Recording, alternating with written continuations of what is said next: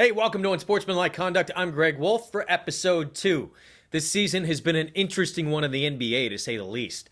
It all started with Kevin McHale getting the boot in Houston. We now know that move was facilitated by the beard helping usher the Celtic legend out the door. And this by a guy whose best moment this season has been the all-star emoji the league created for him on social media. But we're here to talk about the Cavs. And if a front office is going to let a player dictate policy, then at least Cleveland is letting the best player on the planet be that guy.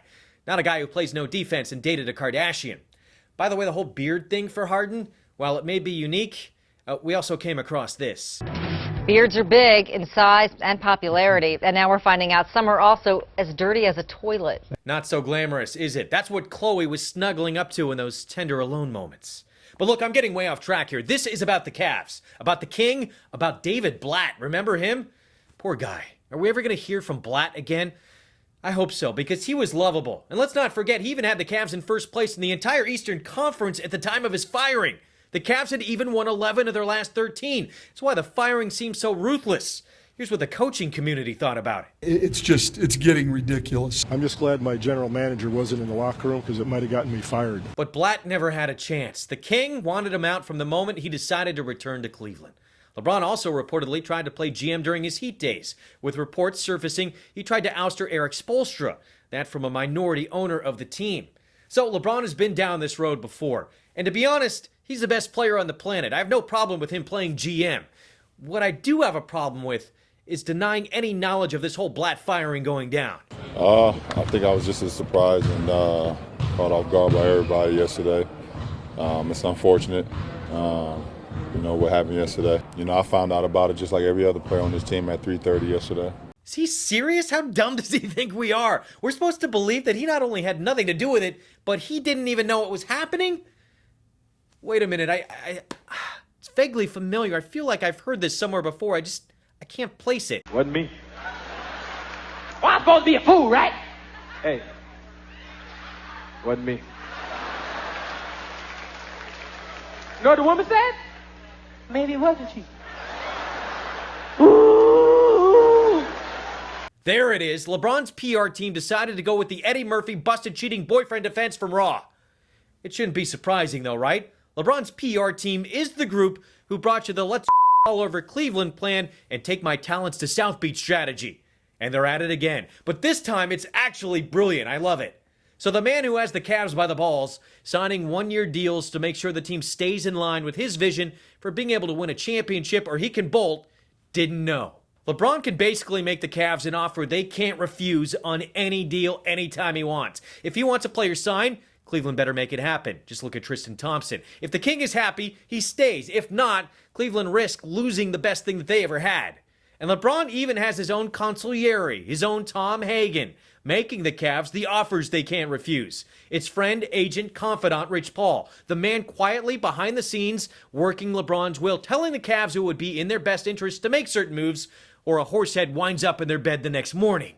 Moves we now know included suggestions of first hiring former Warriors coach Mark Jackson.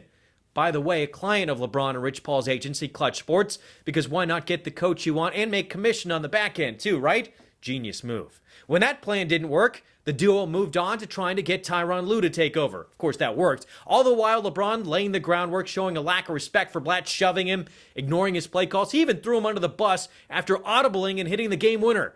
Although that one we get. It was the worst play call of all time. To be honest, the play that was drawn up, I scratched it. And I just told Coach, just give me the ball. And, we either going to go in overtime or I'm going to win it for us. So LeBron calls the shots, and as David Blatt now knows and learned the hard way, he takes the last shots.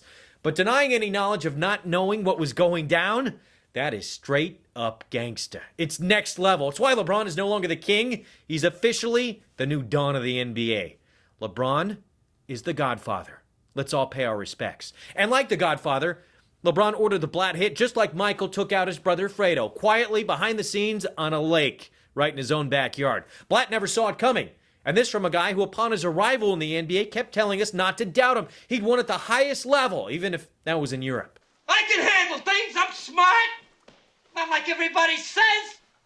Like dumb, I'm smart. That became debatable. But at least while in Europe, he was highly respected by his players. Stop talking! Both of you guys out. Let's go. Antoine and Fritz, come on. Okay, maybe not highly. Truth be told, Blatt did make some Fredo-like moves while adjusting to life in the NBA, trying to call a timeout the team didn't have in the playoffs. Fredo, the aforementioned taking the ball out of LeBron's hands with the game on the line, that made the Lake hit a necessity. The writing was on the wall. It was actually a minor miracle Blatt even made it to the halfway point of this season. I don't even think Pop or Van Gundy would have blinked if the Cavs fired Blatt mid-playoff run for those gaffes. But in the end, LeBron got done what he wanted. New coach in place, even if it was a little messy. And let's face it, Cavs management isn't exactly in the mold of San Antonio, so LeBron taking the lead is to be expected. He's playing for legacy.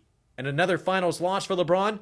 He's 2-5 in the NBA Finals. You can't have this guy leading the charge when you're playing for legacy. Not every story has a happy ending. It doesn't mean it's a bad story. This was not. This was a good story. So, yeah, LeBron knew what had to be done. So he ordered the hit. Blatt, just like Fredo, was lovable, but expendable if the Cavs' business was going to grow. And the business is championships for LeBron. It may have been cutthroat, but that's why it isn't easy being LeBron. And that's why he deserves your respect. Because LeBron is the Don. He's the Godfather.